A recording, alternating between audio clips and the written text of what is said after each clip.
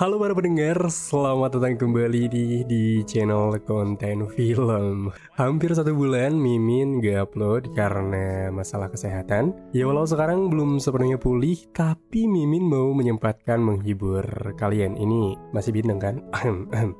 Jadi sorry ya semuanya kalau jadi kurang enak mendengarkan alur film yang Mimin bawakan.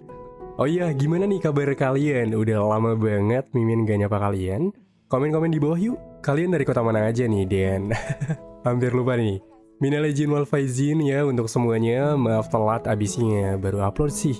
Mohon maaf lahir dan batin ya teman-teman. Sehat-sehat buat kalian dan dimanapun kalian berada.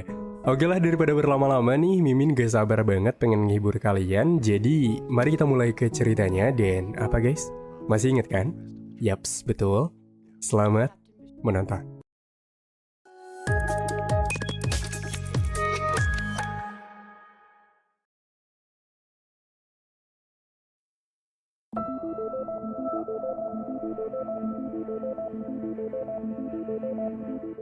Di sebuah penerbangan pesawat Concorde Air, tepatnya di ketinggian 20.000 kaki dari Los Angeles menuju Paris, terdapat 3 orang pramugari bernama Megan, Stacy, dan Emily. Tak lupa juga penerbangan itu dipimpin langsung oleh seorang pilot bernama Captain Banyan dan didampingi oleh kopilot bernama Randy. Di dalam kokpit, Randy menanyakan perihal kargo yang mereka bawa nih, dikarenakan dikawal oleh petugas bersenjata. Tapi Banyan hanya menanggapi hal biasa, namun jika ada pertanyaan lain, mereka hanya harus menghubungi Dr. Bennett dan Dr. Sebastian yang bertanggung jawab termasuk penumpang di pesawat tersebut. Sementara itu terjadi perdebatan antara Dr. Sebastian dan Dr. Bennett dengan Dr. Lucas yang mengkhawatirkan Dr. Kelly yang merupakan istrinya yang berada di bawah kabin. Namun, Dr. Bennett berusaha menjelaskan nih bahwa jika mereka tidak menyelamatkan Dr. Kelly, maka kemungkinan dia sudah mati. Sebenarnya entah apa yang mereka bawa, yang pasti Dr. Bennett seakan-akan menutupi hal ini, bahkan tidak ingin siapapun menggagalkan apa yang telah dipersiapkan. Di dalam pesawat itu juga terdapat seorang polisi bernama Trauman yang sedang mengawal seorang tahanan yang bernama Frank. Kemudian ada 2 pasang anak muda bernama Tony, Jackie, dan sahabat Tony bernama Peter serta kekasihnya bernama Kara. Yang menariknya adalah Jackie dan Kara bermusuhan. Ditambah lagi, ternyata Tony dan Kara bermain di belakang pasangannya. Tepatnya di area kabin VIP, sepasang kekasih bernama Billy Freeman dan istrinya bernama Anna yang cemburu saat Emily mengedipkan mata pada suaminya yang merupakan pegolf terkenal.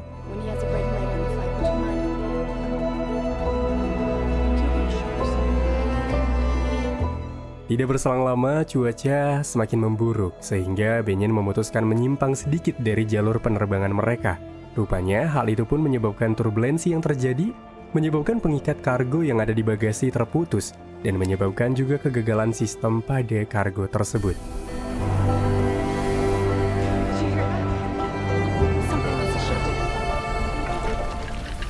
Pada saat yang bersamaan, di Pentagon, Washington, pemerintah dan militer sedang memberikan laporan mengenai kaburnya 4 orang saintis inti dari lab mereka di Los Angeles kepada juru bicara kepresidenan, dikarenakan dapat membahayakan keamanan negara.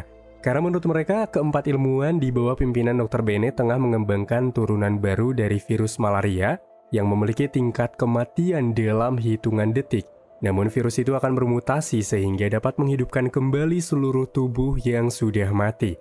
Kembali ke area pesawat, tepatnya di ruang bagasi. Secara perlahan dari salah satu kargo yang merupakan peti, keluarlah seorang wanita yang ternyata itu adalah Dr. Kelly yang akan dijadikan objek penelitian oleh Dr. Bennett. Karena rupa-rupanya Dr. Kelly di sini telah terkena virus mematikan saat melakukan penelitian di Vietnam. Tapi sialnya di saat yang sama, virus di tubuhnya mulai bereaksi dan semakin menyakitkan di kepalanya.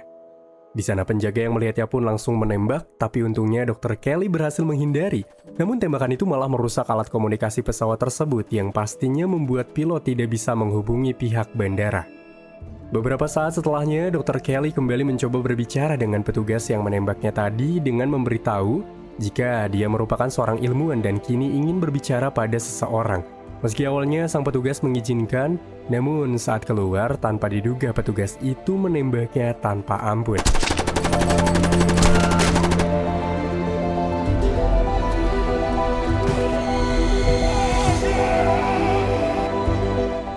Beralih ke kabin pesawat, Tony yang terlihat gelisah kini mengatakan pada Jackie akan pergi ke toilet. Di sisi lain, seorang penumpang yang bernama Paul Judd yang terlihat cukup aneh, tapi sebenarnya dia adalah seorang anggota TSA atau Administrasi Keamanan Transportasi Udara. Lantaran cuaca yang kembali memburuk, semua penumpang diarahkan kembali ke tempat duduknya masing-masing, di mana turbulensi kali ini terlihat lebih parah hingga menyebabkan barang-barang pun berjatuhan. Namun setelah sang pilot memutuskan turun ke ketinggian 26.000 kaki, kondisi pesawat kembali normal. Kemudian Benjen meminta Randy untuk mengecek kondisi kargo bersama para dokter yang bertanggung jawab, karena Randy merasa curiga mengapa radio mereka tidak berfungsi semenjak ada kargo tersebut.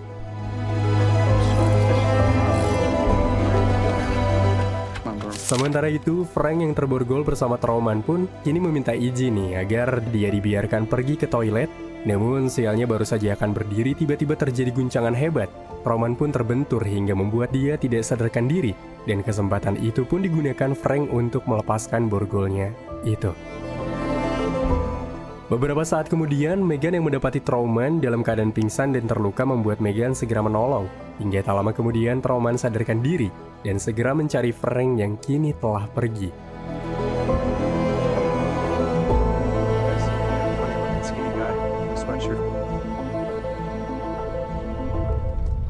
Beralih ke area bagasi, Randy kini mendapati alat kontrol komunikasi yang sudah rusak sehingga dia pun akhirnya mengetahui penyebab radio yang tidak berfungsi. Apalagi di saat yang bersamaan, mereka kini dibuat panik tatkala peti yang berisikan Dr. Kelly telah kosong.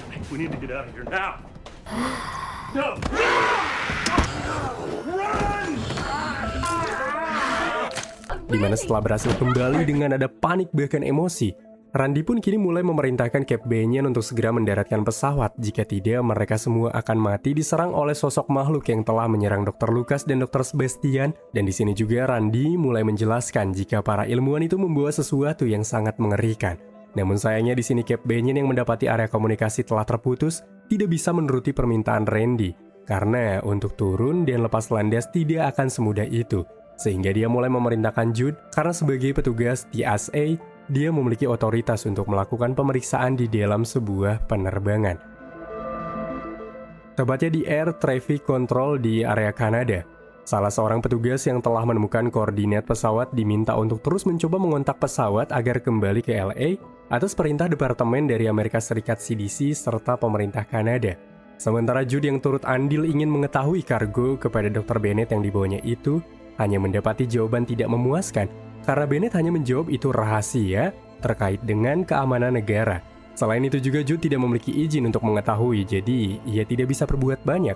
Bahkan setelah Judd mengatakan bahwa dia adalah anggota TSA, Dr. Bennett hanya menjawab singkat, jika kargo yang dibawanya sangat mudah rusak namun tidak berbahaya, lalu pergi meninggalkan Judd begitu saja. Oleh karena itu, akibat rasa penasarannya nih, Judd yang mengetahui Trauman adalah seorang polisi yang saat ini sibuk mencari keberadaan Frank. Pada akhirnya, ia mengajak Trauman menuju ruang kargo agar bisa mencari tahanan serta mengecek ruang kargo bersama-sama. Melihat dua saluran udara yang terbuka, maka mereka pun mulai mencoba menelusuri ke ruangan masing-masing. Beberapa saat setelah menelusuri saluran udara tersebut, Judd dikejutkan dengan kemunculan sosok zombie. Hal itu membuat Judd dengan cepat menembak zombie tersebut. Sementara Trauman yang tidak menemukan siapapun, pada akhirnya memutuskan untuk keluar dari saluran udara dan sayangnya tidak berselang lama tiba-tiba dia diserang oleh satu zombie.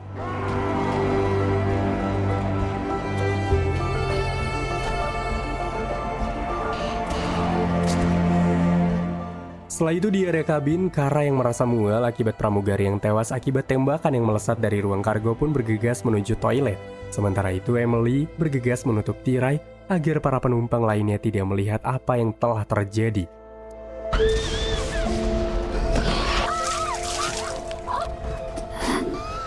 Sementara di area toilet, Kara yang merasa bingung mendengar suara dari dalam toilet. Tiba-tiba, secara mengejutkan, satu zombie muncul dari kaca dan langsung menyerangnya. Mendengar teriakan tersebut, orang-orang pun mulai menghampiri toilet, di mana Tony dan Peter berusaha membuka pintu toilet itu.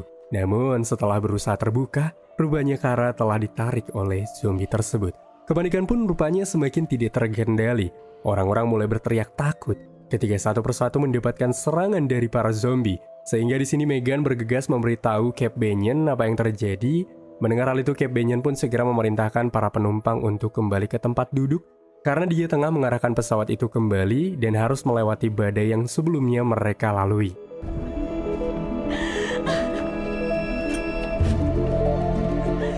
Sementara Randy yang masih menutup pintu ruang kargo tiba-tiba diserang oleh Emily yang bangkit menjadi zombie, dan zombie itu juga langsung menyerang satu penumpang. Mendengar suara kegaduhan itu, Megan pun memutuskan untuk memeriksa. Lalu di saat yang bersamaan, Dr. Bennett yang panik sendiri kini memohon kepada Kapten Banyan agar dia bisa masuk ke dalam kokpit untuk berlindung di dalam sana. Namun bersamaan dengan itu, kekacauan di kabin pun semakin parah dan menjadi-jadi, di mana para zombie yang berada di bawahnya pun berhasil menembus lantai dan menarik para penumpang yang ada di kabin serta keluar dari lubang tersebut. Akibat kejadian demi kejadian yang mengerikan, Trauman dan Jude dengan cepat mengajak Billy untuk pergi menuju dapur karena lantai dapur lebih tebal dan takkan bisa ditembus oleh para zombie. Akan tetapi, Billy yang tak bisa meninggalkan istrinya yang berada di kabin VIP pun pada akhirnya memutuskan terlebih dahulu untuk menjemput Anna. Sementara itu di kabin yang telah kacau, Megan yang baru saja muncul hampir saja diserang oleh Stacy yang sudah menjadi zombie. Namun pada saat yang tepat, Frank datang menyelamatkannya. Beralih ke Pentagon, setelah mendengar bahwa virus yang telah dibuat oleh para ilmuwan tersebut disebarkan melalui cairan darah dan belum memiliki vaksin, Kolonel Wolf menjelaskan apa yang telah mereka temukan dari berkas milik Dr. Bennett, di mana para ilmuwan itu menginginkan virus ini sebagai senjata biologis yang akan diberikan kepada para tentara, sehingga mereka pun akan terus bisa bertempur walau dengan keadaan terluka sangat parah. Berhubung tidak berhasil untuk mengontak awak pesawat nih, untuk berbicara dengan Dr. Bennett ataupun menurunkan Dr. Bennett, maka dari itu dia merekomendasikan untuk menghancurkan pesawat tersebut sebelum virus itu mencapai pusat populasi utama. Mendengarnya pun para petinggi tampaknya setuju, dan mereka pun memutuskan untuk bisa menghubungi presiden untuk melenyapkan ini. Kekacauan kini terlihat semakin parah dan ternyata di saluran udara juga, Billy serta yang lainnya dikejar oleh beberapa zombie.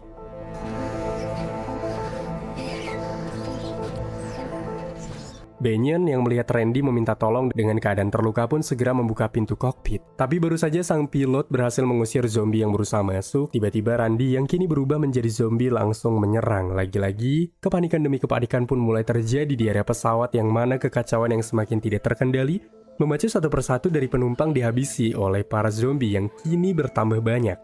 Sehingga Billy yang masih di saluran udara pun mengarahkan yang lain untuk bergerak cepat. Namun, dikarenakan pesawat yang tidak dikendalikan tiba-tiba turun, sehingga Dr. Bennett yang akan terjatuh malah mendorong Tammy ke bawah yang akhirnya menjadi santapan para zombie.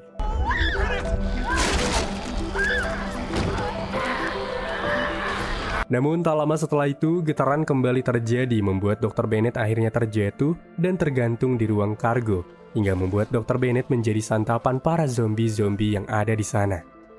Di waktu yang bersamaan, rupanya jet tempur yang dikirim pemerintah untuk meledakkan pesawat itu pun pada akhirnya kini tiba. Setelah melapor, sang pilot diberikan waktu 3 menit untuk berusaha berkomunikasi sebelum memutuskan untuk melepaskan misilnya. Melihat kehadiran jet dan menyadari bahwa mereka dalam bahaya, Trauman segera mengajak Frank untuk bisa memberitahu jika mereka masih hidup dan meminta untuk tidak diledakkan. Akan tetapi, Billy dan Anna yang kini mendapatkan gigitan memacu Trauman serta Frank untuk segera pergi agar bisa mengontak jet pilot. Sementara di sini mereka akan memancing zombie agar mereka memiliki waktu.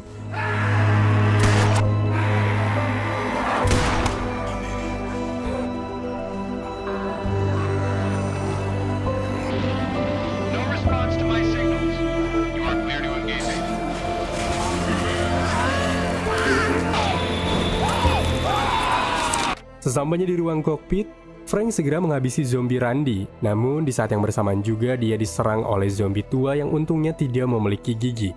Setelah itu mereka pun segera masuk ke dalam kokpit yang beruntungnya Trauman memiliki sedikit kemampuan untuk mengendalikan sebuah pesawat.